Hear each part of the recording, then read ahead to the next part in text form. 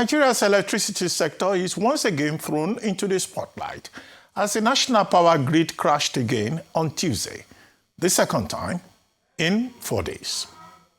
This is the second grid collapse in January 2026 and the third in less than 1 month. The national grid previously collapsed on December 29, 2025, and more recently on Friday, January 23, 2026. The Nigerian Independent System Operator has yet to explain the cause of the current grid collapse. Grid collapses have been attributed to a combination of technical faults, inadequate maintenance of transmission lines, and fluctuations in generation capacity. Joining us on this show to discuss the incessant grid failure and how Nigeria can replicate the above geometric model is Professor Yemi Oke SAN, a professor of energy electricity law at the University of Lagos. Good morning, Prof, and welcome to the morning show, and welcome back from your trip. Happy New Year. Thank you very much. Happy New Year. I'm happy to join you in the discourse. Thank you. Good morning, Nigeria. Good morning, everybody. Good morning, my good people in Naras. Well, Prof, I was recalling the last time you were on this same program when you predicted, I think this was before December, and you predicted that there will still be more national grid collapses before the end of the year. And that prediction came to pass. And that's your prediction now has even gone beyond 2025. We had the grid collapse 29th of December, another one January 23rd, another one January 26th. Well, if you give us a prediction this year, how many more times will the grid collapse this year? Because we got to a point where we were having 39 megawatts of supply, and the discos in many parts of the country had zero load in the 21st century when electricity is so central to productivity and economic growth.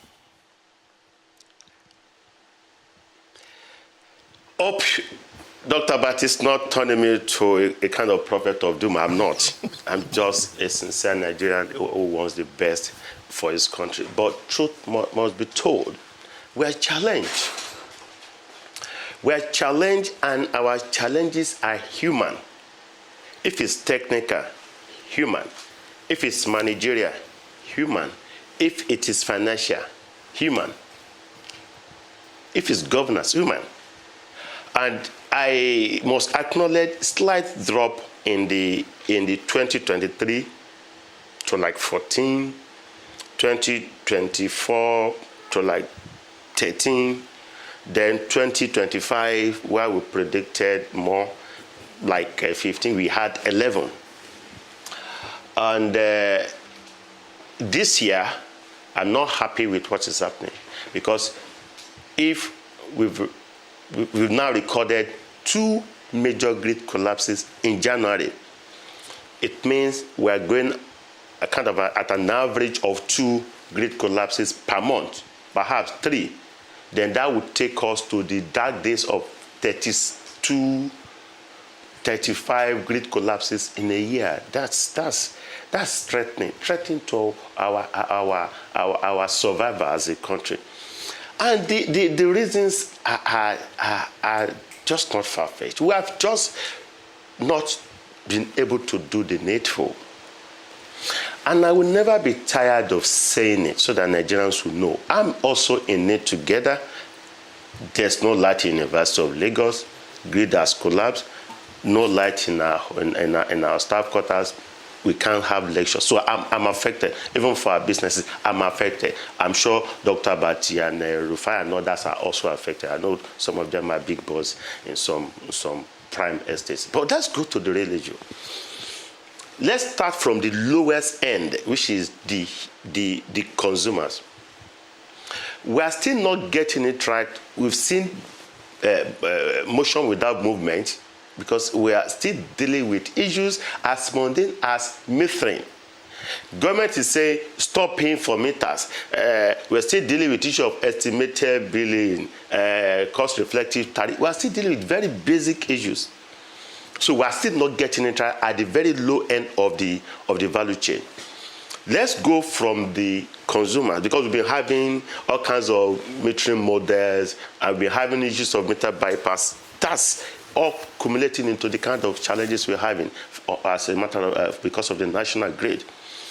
Let's scale it up to the issue of the discos. Recently, a coal disco was purchased or sold to another entity, and they've been changing management from time to time. They are still challenged financially. And I'm never going to be tired of saying 90% of our gencos are technically insolvent. I want them to take me to court. I'm sure they will not, because they know I know what they know. Let's leave the gencos. Gencos are challenged. The discos are challenged financially, insolvency situation. Let's now go to the TCN and NISO. I'm worried because TCN now has been balkanized into two, as suggested by us. TCN now, Transmission Company of Nigeria, deals essentially with the transmission infrastructure. We now have Nigerian Independent System Operator, NISO, which deals with load shedding and other technical component of the transmission infrastructure. We had NISO about 3 years ago. We thought things should be okay. But we are not comfortable because they just deployed old hands from the old bureaucracy to manage NISO. I expected NISO to do much more. So they're in charge of all this. Maybe NISO is overwhelmed. So at the level of the transmission, we're still not getting it. Let's now go to GENCO. GENCOs are struggling, though I disputed the 4 trillion debt allegedly hold by the Nigerian government to the GENCOs. But the GENCOs are seriously in a kind of insolvency situation. They can't pay for gas. If they can't pay for gas, we're going to have these kind of challenges. And the regulatory environment is still very weak. And I recall in your studios, I mentioned the fact that I am not as optimistic as to the miracle Siemens was going to perform in Nigeria. Siemens is almost 10 years in Nigeria now. The same way I spoke about Manitoba Hydro when they had the contract to manage Nigeria transmission, they had transmission management contract. I spoke against Manitoba. Do I have my other feelings because of the Canadian connection? Manitoba Hydro left, Siemens came, and I studied the agreement with the Nigerian government and Siemens because a lot of people are not aware of it. It's still kept in kind of secrecy. And I say, hey, we're still not getting it right. Why are we like this as a country? I wasn't convinced that Siemens was going to do any miracle. If Siemens has been that miraculous, by now we should have next to zero grid collapses because we are going to work on the grid infrastructure.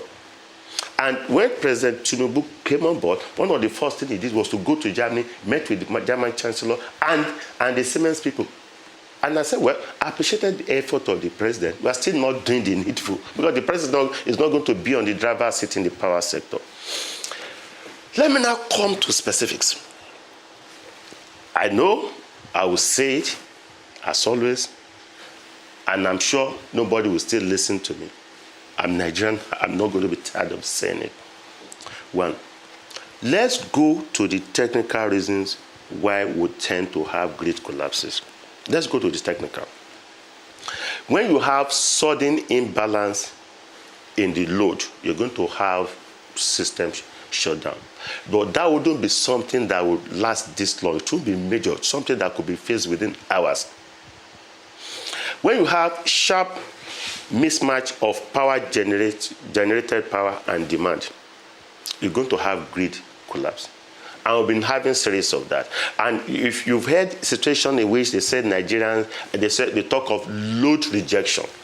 Load rejection is because of the insolvency situations of the discos. Some of them will take insignificant amount of megawatts to distribute to prime areas like Banana Land, the Ikoyi people like maybe Dr. Abacha and Rufai. Because those people can afford to pay humongous money, band A, band A plus, kind of, those who are, so they're going to sell electricity to those who can pay at a premium. the rural areas, the low-income earners are not going to get that. So once they take enough electricity for industrial customers and high-end Nigerians, they're not going to be too bothered about taking enough megawatts to supply to the rural people. So instead of taking like 1,000 or 2,000 megawatts, you say, oh, sorry, Oga, we can only afford 800. So, and because once it's generated, it cannot be stored. And you can't force them to take it, otherwise they're not going to pay. And they'll even be under invoicing for the ones taking. So that kept on driving the insolvency situation and also partly responsible for frequency of grid collapses. Then we have management issues, grid management issues, which I've mentioned the challenge of the TCN, the NISO, the Manitoba Hydro connection, the Siemens connection, and the politics of that environment. We are still not getting it right. We need modern day technologies to do that. We need digitized monitoring of the grid infrastructure. In this 21st century, when most countries monitor their grid infrastructure through drones and AI, and they get early warning signs. If grid are going to be collapsing due to technical fault, if you have appropriate technology in place, you'll have noticed some beeps telling you something is happening in a particular feeder to go and correct it, or in a particular transmission infrastructure. All these are there. I can go on and on, but let me listen to you. As I guess wanted to say something. And definitely, of course, I can imagine that you can go on and on. And these solutions and recommendations are not new. Perhaps the challenge is a political will, or maybe even the finance to bring this to life. I'd like you to address that despite all the many solutions, suggestions, articles written, professionals coming in to give their opinion as to how we can improve the power situation in Nigeria, it hasn't happened. Where do you see the gap between, ideas and implementation? And then in speaking about that, I'd like you to just touch on very quickly your evaluation of the ABBA geometric model and some of the lessons that perhaps on a national level we can pick up from that to see where we can begin to move forward. Thank you. I'm not on the table to drive policies or to implement. As I said earlier, our challenges are human. As managers, as technical people, as drivers of these policies, as from whatever we do in this sector, the challenge of the power sector is human. Unless and until we all decide to do the right thing, all of us, we're still going to be struggling with this kind of challenge we have in the power sector. The law is there, but we need to breathe life, meaning, and purpose into that law to effectuate the law in the right manner to help us. So I don't know, if you want a good result, you power your company with good people who can achieve results. If they're not achieving results, you dispense with them. You never sign any agreement with them to retain redundant, capable hands. It's going to run down your company. The same thing in the power sector. I think we have issues in terms of the people who are in charge. Otherwise, somebody needs to be whipped in line as to certain things in the power sector. There's no rocket science. When Naji was in charge, of course, he led for certain things. He started the ABBA geometric, which is a success story now. We are not asking questions, but by now, for me, we should, one of the suggestions I gave was that we should gradually disembark or back down from federated grid infrastructure. And MAPI were able to advocate, push the frontiers of the advocacy. We now have a law. We now need to operationalize that law, put the law to use effectively. So we advocated decentralized grid structure.